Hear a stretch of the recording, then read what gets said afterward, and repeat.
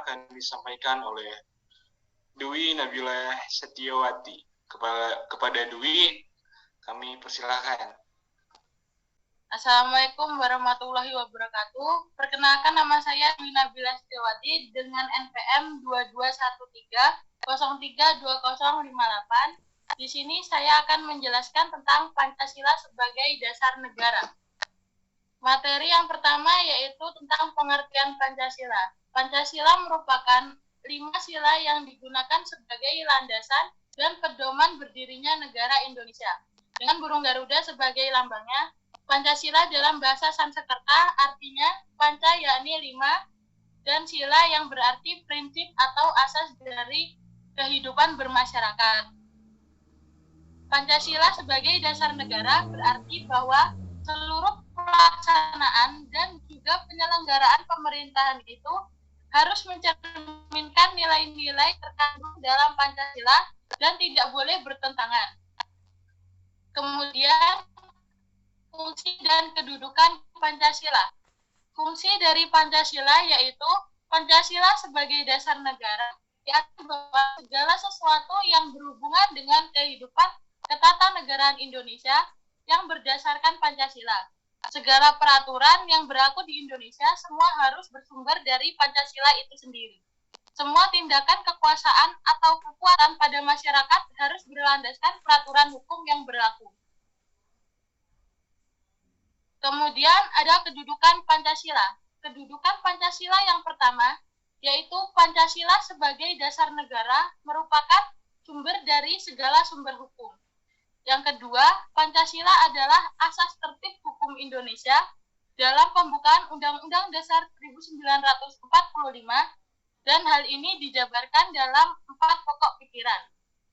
Kemudian, kedudukan yang ketiga yaitu Pancasila sebagai cita-cita hukum dasar negara, baik itu hukum tertulis maupun hukum yang tidak tertulis. Kemudian yang keempat, Pancasila memiliki norma yang mengharuskan pemerintahan dan golongan memegang teguh cita-cita moral rakyat yang luhur. Kemudian yang kelima, Pancasila sebagai penyelenggaraan negara. Materi selanjutnya yaitu makna nilai-nilai yang terkandung dalam Pancasila. Yang pertama adalah ketuhanan yang Maha Esa. Artinya, Indonesia adalah negara agama yang meyakini adanya Tuhan yang Maha Esa, dan setiap warga negara itu bebas memilih agama sesuai dengan kepercayaannya masing-masing. Yang kedua, yaitu kemanusiaan yang adil dan beradab, yang artinya setiap warga negara diperlakukan secara adil sesuai dengan harkat dan martabatnya sebagai manusia, tanpa membeda-bedakan antara suku, ras, dan agama, serta nilai-nilai kemanusiaan menjadi sesuatu yang harus dijunjung tinggi untuk menghormati orang lain. Yang ketiga, yaitu persatuan Indonesia, yang artinya setiap warga negara harus hidup berdampingan dalam keberagaman, harus bersatu dalam semboyan Bhinneka Tunggal Ika, meski kita itu beda latar belakangnya. Kemudian sila yang keempat yaitu kerakyatan yang dipimpin oleh hikmat kebijaksanaan dalam permusyawaratan perwakilan. Artinya, nilai ini mengandung makna bahwa negara Indonesia itu menganut sistem demokrasi, yaitu sistem di Indonesia mengutamakan musyawarah untuk mencapai nilai kesepakatan bersama. Dan yang terakhir adalah keadilan sosial bagi seluruh rakyat Indonesia. Dalam hal ini berarti semua warga negara berhak memperoleh keadilan dan kesejahteraan sosial. Sebab tujuan bangsa Indonesia yang sebenarnya adalah mensejahterakan rakyat baik dari segi sosial, ekonomi, budaya maupun dari segi politik. Kemudian implementasi nilai-nilai Pancasila di lingkungan kampus. Yang pertama, implementasi terhadap sila ketuhanan yang Maha Esa.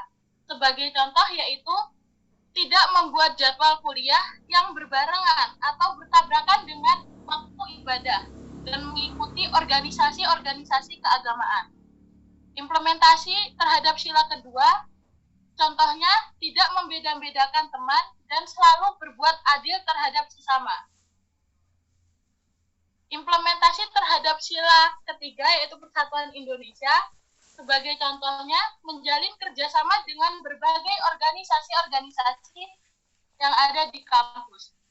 Yang keempat, implementasi terhadap sila kerakyatan yang dipimpin oleh hikmat kebijaksanaan dalam permusyawaratan perwakilan, sebagai contohnya itu mengadakan permusyawaratan atau melakukan diskusi untuk menyelesaikan suatu permasalahan yang ada.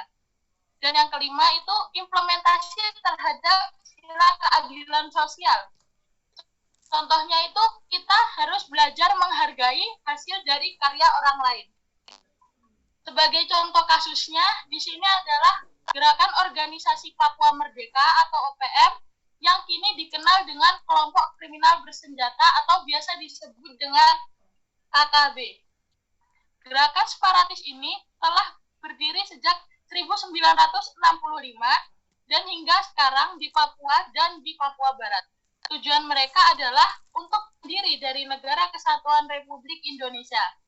Dalam memperjuangkan keinginannya, kelompok ini kerap melakukan tindakan kriminal dan memakan banyak korban jiwa. Tidak jarang, banyak wanita dan anak-anak menjadi korban kebrutalan dari KKB tersebut. Hingga kini, KKB masih sulit diatasi karena mereka dilengkapi dengan persenjataan yang lengkap dan mutakhir. Mereka pun sekarang banyak bersembunyi di wilayah-wilayah pegunungan yang ada di Papua. Kemudian, solusi untuk menghadapi kasus dari Gerakan Organisasi Papua Merdeka, yaitu yang pertama, pemerintah harus melakukan pendekatan kepada anggota OPM untuk kembali ke NKRI dengan tetap melakukan pembangunan untuk kesejahteraan dan kemakmuran bagi masyarakat Papua. Yang kedua, pemerintah mengambil sikap tegas kepada anggota OPM yang tidak mau menyerahkan diri atau tidak mau kembali ke NKRI dengan cara menumpas atau dengan mengambil tindakan hukum yang tegas demi tegaknya Negara Kesatuan Republik Indonesia. Dan yang ketiga, berkomitmen dalam program penegakan hak asasi manusia dan perlindungan hak sosial dasar masyarakat Papua. Mungkin sekian presentasi yang bisa saya sampaikan. Apabila ada kekurangan, saya mohon maaf. Saya akhiri. Wassalamualaikum warahmatullahi wabarakatuh. Waalaikumsalam warahmatullahi wabarakatuh.